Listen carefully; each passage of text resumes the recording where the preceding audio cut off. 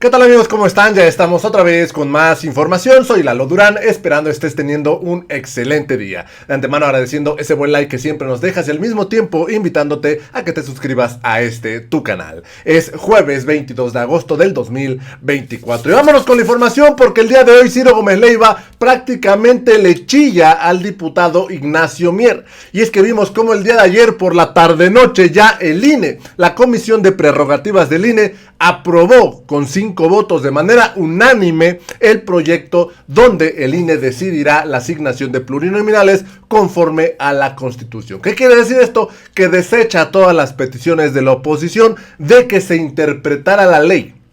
Fíjense, esto es lo que pedía la oposición. El INE ayer dijo no y fueron 5 votos a favor. O sea, de manera unánime se aprueba el proyecto donde el INE pues asignará los plurinominales debido como lo marca la Constitución. El día de hoy asiste al programa de Ciro Gómez Leiva el diputado Ignacio Mier de Morena, quien ha sido el que ha presentado la iniciativa de reforma al Poder Judicial. Y ahí Ciro Gómez Leiva pues prácticamente le rogó que lo pensaran bien, que pensaran bien esta reforma al Poder Judicial. Sus últimas súplicas, porque esto es un hecho. Vamos a ver de qué manera el día de hoy Ciro Gómez Leiva se arrastra, casi implora que no se aplique la reforma al Poder Judicial. Vamos rápidamente a escuchar. Y estás aquí con nosotros, antes que nada. Con el gusto de saludarte. Gracias por estar aquí. Y además, ¿en qué día, Ignacio? Al día siguiente de que la Comisión de Prerrogativas del INE pues determina 5 votos a 0, prácticamente deja resuelto el tema de la sobrerepresentación y de cómo va a estar distribuida la Cámara de Diputados y el Senado, y a unos días también de que ahora sí se vuelvan realidad los dictámenes, y a unos días de que se voten reformas que van a transformar al país, Ignacio.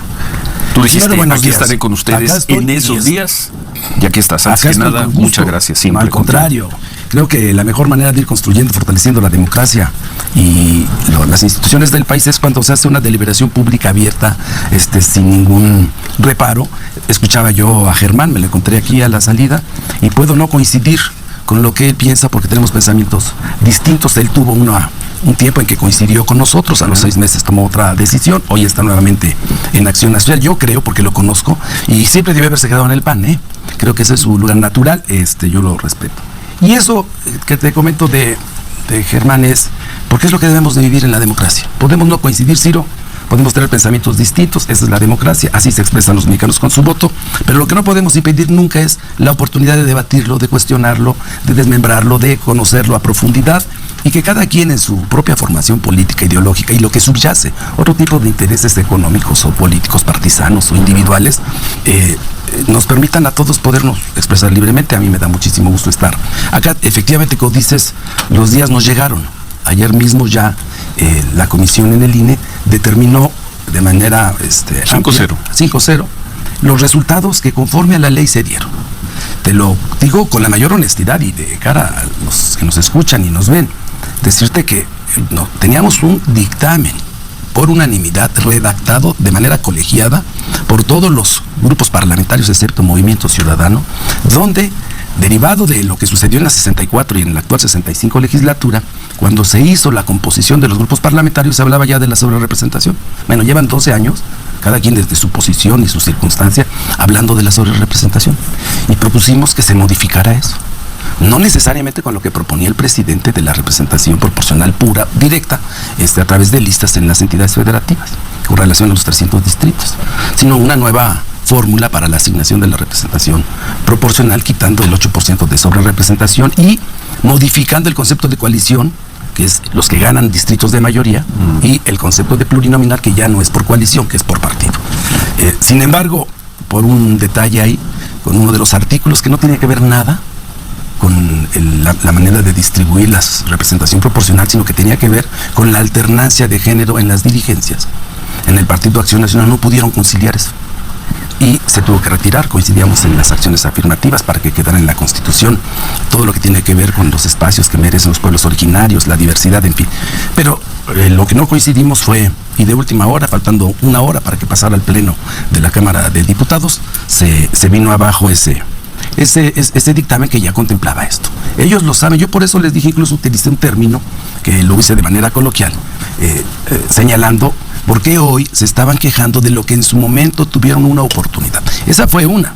La otra fue la propuesta que envió el propio presidente de la República, que era mucho más cercana a reconocer el valor real que tiene el voto de los ciudadanos, eliminando el concepto tradicional de representación proporcional y que se votara por listas, de tal manera que si en el estado de Puebla, mi querida tierra, hay 16 distritos electorales, los más votados independientemente del partido, los 16 más votados son los que entraban de manera directa y ahí se considera ya a las minorías.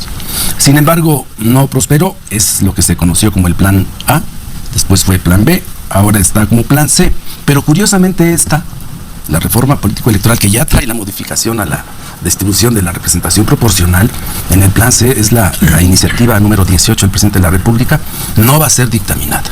Y no va a ser dictaminada. No va a ser dictaminada ahora. Ahora, no va a ser dictaminada porque la Comisión de Gobernación cerró sus puertas y ya no pudo dictaminarse porque eran comisiones unidas.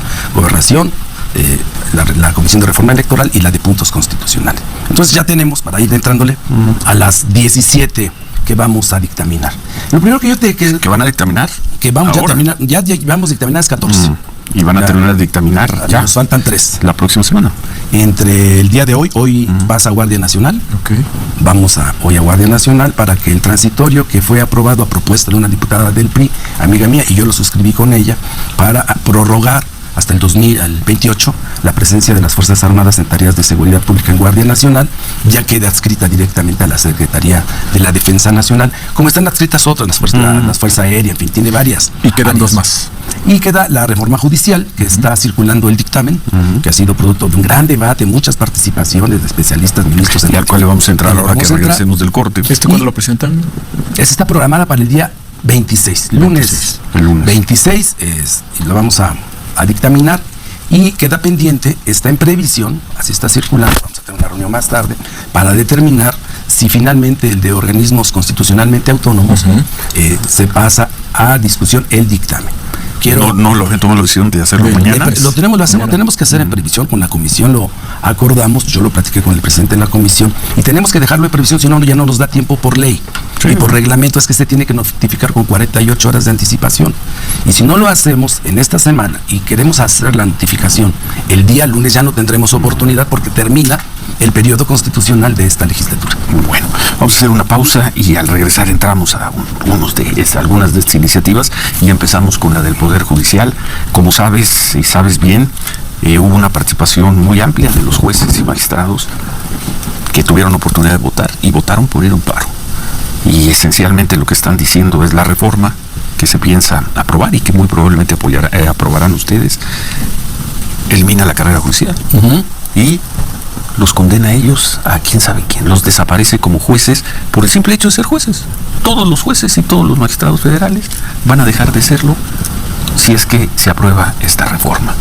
Y hay una rebelión hoy, se dirá que es pequeña por el número, 1,500, 1,600 jueces y magistrados, pero son las resistencias, existen y al menos de nuestra parte las tenemos que tratar con el respeto con el que y también tocamos a cualquier resistencia. Entonces entramos con este tema, el tema del paro en el Poder Judicial y lo que viene, que ya lo perfilaron desde el viernes, adelantaron los puntos centrales del dictamen, pero lo que viene en la reforma del Poder Judicial, estamos conversando aquí en este jueves, el jueves previo a todo lo que se desencadena a partir de hoy, de mañana, con el líder de los diputados de Morena, Ignacio Mier. 9:20, hacemos pausa, volvemos. Conversando con el líder de los diputados de Morena, Ignacio Mier, lo será hasta el último día de este mes o penúltimo día de este mes, después será senador. Sí. Vas a ser senador, por ahí, según algunas columnas, con una alta probabilidad de ser el presidente de la mesa directiva el primer año del Senado, pero bueno, no vamos a hablar hoy de eso, sino que, como lo sabes, hubo una consulta entre los jueces y magistrados federales, hubo una amplia participación, es un universo de 1,800 personas. Porque luego nos dicen, pero 35 millones de personas votaron de junio. Sí, aquí el universo son 1,800 jueces y magistrados, de ahí el 80% decidieron participar en la consulta, y de quienes participaron en la consulta, 85% determinaron ir a un paro que comenzó ayer. Los hechos, para empezar, el primer hecho son los jueces y los magistrados los que están en paro. Y aquí no es la derecha atrás de ellos, Estados Unidos, son jueces y magistrados. ¿Así lo ves tú, Ignacio? Así lo veo, creo que primero que están en su derecho de manifestarse. Yo me he reunido tanto con la asociación, su presidente estuvo conmigo, platiqué con ella. Con la señora Juana. Juana, por cierto es paisana mía, es de Huachinango. Y me platicó su trayectoria, fui empático con ella, la reconozco. Le comentamos, platiqué con ella que iba a haber serias modificaciones tanto a los requisitos que estaban en la iniciativa del presidente, la del 5 como lo que iba a ser producto de los diálogos que yo le iba a escuchar. Y luego, en un segundo transitorio, poner todo el procedimiento para que le diera certeza de participación abierta, reconociendo experiencia, meritocracia de carrera judicial. Se lo comenté y que no iba a haber extensivo para todos los secretarios actuarios notificadores, los 53,000, que no son los 1,800, que también se quejaban, sobre todo los más de 5,000 secretarios, y hablé con ellos en lo individual, los que están asociados a cualquiera de los dos sindicatos. Ellos me decían, mira, es que sí tiene razón la asociación de jueces y magistrados. Pero resulta, y después me lo dijeron otros magistrados, tengo sus participaciones, dicen, el problema no es la meritocracia, la carrera judicial. El problema es que para una vacante participamos 400. Y la probabilidad de que todos tengamos a través del examen de oposición, que no lo discuto, el mismo porcentaje, pues es altísimo. 30, 40 tenemos el mismo porcentaje. Me decía uno de ellos, que aspiraba de secretario a juez, hecho 5 exámenes. Y siempre se quedó el amigo del magistrado, el conocido de esa meritocracia que cuando le sucede lo que a las aristocracias en el pasado, ¿no? Decía Hobbes, cuando hay inconformidad por la aristocracia se convierte en oligarquía. Entonces, es un grupo que tiene un control real. Incluso hay magistrados en algunos circuitos que el 80% son sus familiares o sus conocidos y que hacen un escándalo nacional. Pero más allá de eso, lo que yo advertía era que no había la igualdad de oportunidades para todos. Teniendo carrera judicial, teniendo los méritos, la honorabilidad, la eficiencia, la eficacia, la decencia que aquí se comentó, pudieran participar. Ahora, esa posibilidad ya la tienen.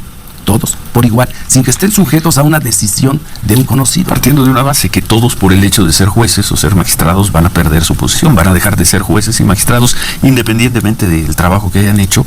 La reforma sí se aprueba en los términos que conocemos. Pues si eres juez, te quedan 11 meses de aquí a junio, o te quedan 2 años, casi 3 años al 27, pero por ser juez, pierdes. No. Tu condición. No. ¿Qué juez se va a quedar en su cargo, Ignacio? Mira, según lo que conocemos de la reforma judicial. En este momento, la primera se llama elección extraordinaria en el 2025. Hay solamente vacantes. Solamente vacantes. Es que Arturo Saldívar nos dijo aquí el martes que eran la mitad de los jueces. Sí, y de ellos, ahí te voy, mira, son 1,639. Entre magistrados y jueces, son 330 y tantos y 400. Vamos a dejarlo en 1,600 para el ejemplo. Y de ellos, incluso les puedo dejar la tabla para que tengan precisión cuáles son los que se van a elegir. Mira, se van a elegir de lo que son magistrados y jueces, que son los que tienen mayor temor, digamos, a la reforma, 448 jueces y van a ser 378 magistrados. ¿Eso cuando en el próximo año? El 25. En el próximo año. El próximo año. Ahora, de estos, en este momento, según los datos que fueron presentados más o menos la por mitad, parte, sí, de estos jueces, más de 200 están vacantes, según nos informaron. Ahora, y además hay un número importante que están próximos a cumplir 665 años. Un número importante, ¿cuántos? 70 más o menos habían dicho a nosotros, según los datos que teníamos, y algunos otros que tenían más de 25 años de servicio. Entonces, ¿cómo conciliar antigüedad, experiencia y la posibilidad de que continúen, dejándoles el paso libre? Todos los jueces y magistrados pueden participar. ¿Quién los puede postular? Sin exámenes, porque reconociendo su experiencia, o el Poder Ejecutivo, el Poder Legislativo, las dos cámaras, o lo puede hacer directamente la Suprema Corte de Justicia de la Nación. Yo también escuché voces de los que están a favor, porque no han visto esa oportunidad. Pero ahí viene el paso. Tú eres un juez, te preparaste para ser juez, quizás has hecho un gran trabajo como juez, debe haber muchos muy buenos jueces, y te vas a tener que convertir en candidato quizá para lo cual no tienes ninguna aptitud ni recursos. Puede ser el tipo menos carismático, menos simpático y atractivo. Como yo, y tuve 2 millones de votos. No, tú eres un profesional de esto desde hace muchos años. Ellos son jueces. ¿Quieres seguir siendo juez? Vuélvete un gran candidato y gana una elección. Mira, te quiero hablar de algunos ejemplos reales. Quizás aquí en la Ciudad de México la dioptría con la que vemos se puede complicar porque son 121 jueces. Pero tú puedes ir a Colima, que es más pequeño, son 6, o 21 que son en Puebla. En Puebla nosotros, los poblanos, las poblanas, sabemos, identificamos socialmente quiénes son los buenos jueces. En Puebla, déjame regresarme, en la Ciudad de México son 121. 121 que no los conoce nadie. Ahí es nadie. donde, pero Sí. también en contrapartida, eso lo analizamos, en la Ciudad de México la exposición a través de los medios de comunicación, los tiempos oficiales del INE, las redes sociales, puede haber una proyección durante el tiempo que dure la ¿En campaña. serio, Ignacio? Yo creo que hay Se que... lo pregunto al líder de la mayoría de la Cámara de Diputados, al político, al candidato varias veces. ¿En serio crees Sí, que con y te voy a una decir- entrevista de 10 minutos en un medio de comunicación te va a conocer? Te voy la a decir gente, por el qué sí. votante? Te voy a decir por qué sí. A ver, permíteme. Mira, las convocatorias van a ser abiertas. Es abierta. No hay, sí hay los requisitos de elegibilidad, la experiencia, la preparación, las calificaciones, la honorabilidad, en fin. Pero después pasan los que cubran los requisitos, un comité técnico ajeno a los poderes, electos y bajo el mayor escrutinio. Como lo hicimos para el INE, van a elegir ellos, van a determinar quiénes son elegibles. Y después de eso, van a hacerles exámenes, entrevistas, ensayos, y van a postular a los más habilitados técnica, profesional, por experiencia, como candidatos. No va a ser ¿Y cualquiera. cuántos pueden estar en una papeleta? 6. 6. 6 por. Entonces, por ejemplo. 6 porque por entidad, por distrito, Por juzgado. 6 por juzgado, 6 por juzgado. Entonces parecería, se ve muy aparatoso al principio. Ya cuando la vas desagregando, la vas conociendo, te vas incorporándote a su contenido e interiorizarlo, se va diluyendo todas esas Pues dudas. flaco favor le hicieron ayer en la mañanera al mostrar esa papeleta, ¿eh? Complejísimo. Tú ves esa papeleta y dices... Sí. El propio Arturo Saldívar lo reconoció. ¿Por quién? Fue el martes, ¿verdad? Sí. Fue el Sí, martes. porque es Vamos para a la Ciudad de México. Vamos a pausar, volvemos. Seguimos conversando con el líder, todavía líder de los diputados de Morena, digo todavía porque ya termina este periodo, ¿qué día termina? ¿El 30? ¿El 31? 30. Ahí se instala ya la siguiente legislatura. Se instala el 29. Ok. Entre el 29 y el 1 de septiembre hay 2 mesas directivas, pero la que tiene fuerza y valor legal Sí, es la sí. mesa directiva de esta legislatura que termina el 31 a medianoche. ¿Y quién preside el comité, ¿cómo se llama? Comité de instalación. Es o la mesa de directiva? decanos. El decano. El decano. Y el decano es el que ha estado más veces. como No el de diputado, mayor diputado. antigüedad. No, el que haya no es el de mayor edad, es el que tenga mayor cantidad de veces de haber sido Bueno, diputado a eso diputado. será a mediados de la próxima semana. Tú vas a ser líder de la mayoría de Morena hasta el día 30, luego vas al Senado a partir del 1 de septiembre, vas a ser el presidente de la mesa directiva según los columnistas, No, pues yo no sé quién les filtra, pero no. pero si quieres serlo. Mira, siempre va a ser un honor servir al Estado mexicano, pero en este momento, salvo que sea una decisión colegiada de mis compañeros, personalmente creo que yo puedo apoyar en otras tareas que no sean la mesa directiva. Será, digo, siempre un honor y si es necesidad de mi grupo parlamentario, también No lo estás buscando, no pero estás que sea trabajando para hacerlo. un objetivo mío personal, por el que me despierto cada mañana pensando en ser hoy presidente de la mesa directiva en el Senado de la República, no es así. Bueno, si no cambian las cosas, el líder de la mayoría, y vaya si será mayoría de Morena en el Senado, será el senador Adán Augusto López, hasta donde entendemos, si no han cambiado las cosas. Sí, yo creo que exsecretario de Gobernación, exgobernador, exsenador, exdiputado federal, exdiputado local, tiene una amplia trayectoria, lo conocemos bien, tiene buen trato, es una persona que tiene sensibilidad, además es mi amigo, yo lo aprecio, yo creo que es un buen coordinador. Pero no estás trabajando para ser el presidente de la mesa directiva. Si se decide, lo serás, pero no estás trabajando para... No estoy trabajando para ser presidente de la mesa directiva, no he tenido oportunidad de reunirme, estoy concentrado 100% en terminar mi chamba como coordinador, estar pendiente con mis compañeras y compañeros de la Comisión de Puntos Constitucionales, haciendo trabajo, que es el que me toca, de coordinación política con los otros grupos parlamentarios para que transite el debate respetando las posiciones de mejor manera y que podamos concluir el trabajo de esta legislatura bien. Yo tengo un gran aprecio por todos los coordinadores. Hoy deja de ser coordinador presidente de la Junta Jorge Romero. Les deseo éxito como aspirante a ser dirigente del Partido Acción Nacional. Llega Noemí, que es una compañera nuestra, a ocupar la coordinación del grupo parlamentario. Por lo que reste tendremos reunión y le deseo éxito en estas 2 semanas. Siempre va a ser un honor coordinar un grupo parlamentario, que es la oposición más clara que tiene Morena Acción Nacional, ¿no? Entonces, recapitulando un poco, diputado, hoy queda listo el dictamen de la Guardia Nacional en los términos que se conocen. El lunes la discusión o la presentación del dictamen de la reforma del Poder Judicial, y quedaría pendiente ese de organismos autónomos que se anunció, se estaba proyectando para el día de mañana. La extinción de los autónomos, autónomos. llama la prensa. Sí, y puede quedar para el día de mañana o puede quedar para el día miércoles 28, ¿no? Entonces, Pero tiene que quedar. o que se tome la decisión por los ajustes que se le puedan hacer, que se quede pendiente, ¿no? Eso. Quedar pendiente quiere decir que se va al congelador con 17 iniciativas a votar en... ¿Cuántas se votarían en 16. septiembre? Con 16 a votar eventualmente una en septiembre. Si no se dictamina este organismos autónomos... Yo ahí quiero comentar algo, para que, digamos, dicen en la práctica, para ilustrar a la... Venga. Miren, las iniciativas del presidente de la República, las 18 iniciativas y las 2 legales, forman parte del proyecto para consolidar el proyecto transformador de nuestro movimiento. Fue sometido a consideración de los mexicanos como Plan C. Ahora bien, lo que sí tenemos claro, todos los que vamos a ser legisladores, como un compromiso, como mandato del pueblo de México, es la reforma al Poder Judicial. Lo ha dicho la presidenta Claudia Sheinbaum, ampliamos el diálogo, se expresaron de manera abierta todos. Primera prioridad. Primera prioridad, y después, en función de una evaluación serena con indicadores económicos, políticos, sociales, las circunstancias, las coyunturas internacionales, las variables internas, se irá determinando por parte de la presidenta, de las 2 cámaras, también sus coordinadores, en qué momento y bajo qué ritmo se van procesando las 16 iniciativas convertidas en dictamen. ¿Qué es lo que queremos? Por procedimiento.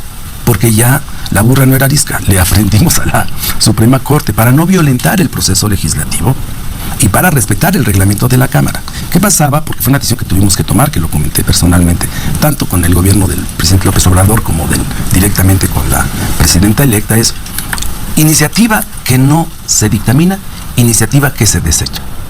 Entonces tendríamos que desecharlas de plano y ya no existirían las iniciativas.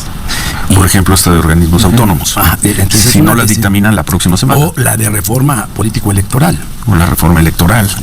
Entonces, esas 2, por eso hicimos una priorización, hicimos un calendario con puntos constitucionales, ya aprobamos 14 importantes que tienen que ver con bienestar, con libertad y con justicia, y nos queda pendiente de justicia la más importante, que es la reforma al Poder Judicial. Y en términos de simplificación administrativa, de austeridad republicana, nos queda pendiente la simplificación orgánica con relación a los organismos constitucionalmente autónomos. Y la otra, la político-electoral, pero esa queda pendiente. De tal manera que lo que sí tenemos una ruta clara, política de mandato popular, es con relación a la reforma al Poder Judicial. Y por tiempos, porque si no lo hacemos, no daría tiempo a hacer todo el proceso, porque hay que decirle a la gente, todavía falta mucho. Este dictamen apenas es uno, y ahí la Cámara de Diputados está dejando más de 200 dictámenes en mesa directiva. Se sumarán estos de reforma constitucional. Se pasan al Pleno, se discuten en el Pleno de la Cámara de Diputados. Como minuta pasa al Senado de la República. Y después el Senado de la República lo envía a los congresos de los estados, y los congresos de los estados tendrán que discutirlo para completar todo el ciclo de lo que se trata de una reforma constitucional, hasta regresar a Cámara de Diputados para que se haga la declaratoria de reforma a la Constitución. Entonces es parte del proceso legislativo, porque luego queda la opinión, incluso con jueces, que me han dicho, espérense, es un dictamen. Ya hubo varios jueces, o un magistrado que presentó ya un recurso. Le digo, pero si no hay acto jurídico, es un dictamen, no hay nada. Espérense a que se concluya todo el proceso legislativo. Por eso parece adelantado el paro, ¿no? Porque es estamos discutiendo una iniciativa convertida en dictamen, no es dictamen todavía aprobado. Pero es una medida, lo sabes muy bien, como opositor, es una medida de presión, es una medida defensiva, de resistencia, de personas que se sienten amenazadas en sus derechos. Y que tiene todo el derecho, pero que digamos, en el timing, yo no les voy a dar clases de eso, pero digamos, si se metieron, ellos vienen de una formación muy dogmática derivada de la nueva manera de interpretación y dictar sentencias, que ya las conocimos y no voy a... El presidente ha hablado de eso, yo también he hablado de eso, la Cámara de Diputados en su conjunto se vio afectada por no tener una visión social que hablaba Kelsen, y que recomendaba a los buenos jueces, el buen juicio, de valorar la visión social de un juez ante un homicidio. Mira, te voy a decir, no. ¿Qué es la visión social? Te voy a decir un ejemplo, dos ejemplos extremos de que a veces es necesario. Ante un fraude procesal. Un ciudadano en una comunidad indígena protesta por un derecho humano, es la falta de agua. El juez determina que efectivamente es un derecho humano, se están violando los derechos humanos y son extensivos a toda la comunidad, y ordena que el presidente municipal construya un sistema de agua potable que cuesta más de 900 millones de pesos. En una comunidad indígena de 3,000 habitantes, ¿de dónde van a sacar los 900 millones de pesos? El otro extremo, otro juez, un abusador de un menor de edad, y que requiere una revisión integral desde el primer respondiente, las policías, las fiscalías y luego el juez. El juez llega y advierte que hay una contradicción entre lo que dice la la cadena de custodia de que el tipo, el abusador, iba con un suéter de un color y para dirimirla le llama a la niña de 7 años. Son 2 casos, pero ¿No? ante esos ¿Qué son? hay cientos o miles de casos. Ayer mismo sentencia a Zetas por el secuestro y asesinato de migrantes en Tamaulipas. O Hay el muchos caso que ante, vimos, ¿no? ante un homicidio, ¿cuál es el espíritu social Hay que otros. debe tener un juez? Ante Ahí una- no, hay casos claros que no, mira. Estas son las, eso que has mencionado son las excepciones. Sí, no, pero te voy a decir, Sí. cuando se enfrentan a esto los magistrados, ¿sabes quién cometió la omisión y la judicatura no hizo nada? No fueron los jueces. Yo los defiendo aquí a los jueces. Quien debió haberles dado reglas, límites, alcances para la interpretación de las definiciones, sentencias de la Corte Interamericana era la Suprema Corte de Justicia de la Nación y nunca lo hizo. Que lo ha hecho en muchos otros casos. Pero no en este caso. En este caso es uno. No, Mencionaste pero en dos. general, no, en general, para dictar una sentencia, ellos requerían, bueno, ¿cuáles son los alcances? Lo que determinó en protección de derechos humanos, que todos estamos de acuerdo. Pero ¿quién nos dice hasta dónde llegar para no irnos a esos extremos? Pues ojalá estén acertando. Van a ser un poder como no lo habíamos visto en décadas en este país. Ojalá acierten. Ojalá se equivoquen quienes digan que terminó la separación de poderes. En fin, todo lo que sabemos que se está diciendo con la sobrerepresentación, con la reforma del Poder Judicial, ustedes están muy convencidos de lo que están haciendo. Ustedes creen que eso traerá más justicia, traerá más seguridad, supongo, con la reforma a la Guardia Nacional. Pues ojalá acierten. ¿Qué más decir? Van a poder hacer lo que ustedes acuerden y lo que ustedes decidan. Ustedes mayoría y mayoría calificada en el Congreso. Sí, mira, yo quiero expresar que a la luz de los resultados hemos sido un movimiento responsable. La economía, yo lo dije a los banqueros, me reuní con ellos para explicarles. ¿La reforma judicial? La reforma judicial, sí. Y yo les decía, ¿ha crecido la economía? Sí. ¿Ha crecido el sistema financiero mexicano? Sí. ¿Se ha incrementado el consumo? Sí. ¿Se redujo la pobreza? Sí. ¿Los indicadores macroeconómicos se han cuidado? Sí. ¿Están satisfechos realmente con la política económica, social del gobierno? Sí. Ahora, claro que hay imperfecciones, pero yo creo que sí hay que... No lo dijo solamente Martí, o lo decimos nosotros, o Benito Juárez, ni Abraham Lincoln, y es una belleza. Es con el pueblo todo, sin el pueblo nada. Creo que es la oportunidad que tenemos de hacer valer el 39 constitucional, y para nosotros sí es una convicción, Ciro. Y si no, el pueblo nos va a juzgar. Y si lo hacemos mal, que nos cuelgue por hacerlo mal. Pero si algo puede apreciar el pueblo de México, es la justicia. Y que no haya cárceles llenas de inocentes, el 60%, más del 60%, casi 72% sin sentencia, y calles llenas de Y que delincuentes. no son necesariamente culpa de los jueces. Ahí entraríamos al Ministerio Sí, Público, ahí integral, otras integral. cosas, sí, que Sistema no se de están justicia, tocando. sí, en la sí, reforma. sí. Pero bueno, aprovecho, nos queda 1 minuto de programa. Aún en los momentos más duros de crítica, y yo diría de hostigamiento contra nosotros, contra mí, siempre estuviste al habla, siempre estuviste dispuesto a hablar con nosotros, y eso lo aprecio mucho. Ya no te volveremos a entrevistar como presidente de la mayoría de diputados, espero que te entrevistemos ya como senador, pero gracias por este diálogo contigo de varios años, aún en los momentos más duros. Sí, Ignacio. sí, yo respeto, de verdad, mi formación, yo no la puedo traicionar. Yo sí creo en los procesos dialécticos, sí creo en Voltaire, sí lo leí y creo, lo puedo hacer. Gracias, suerte, ojalá acierten.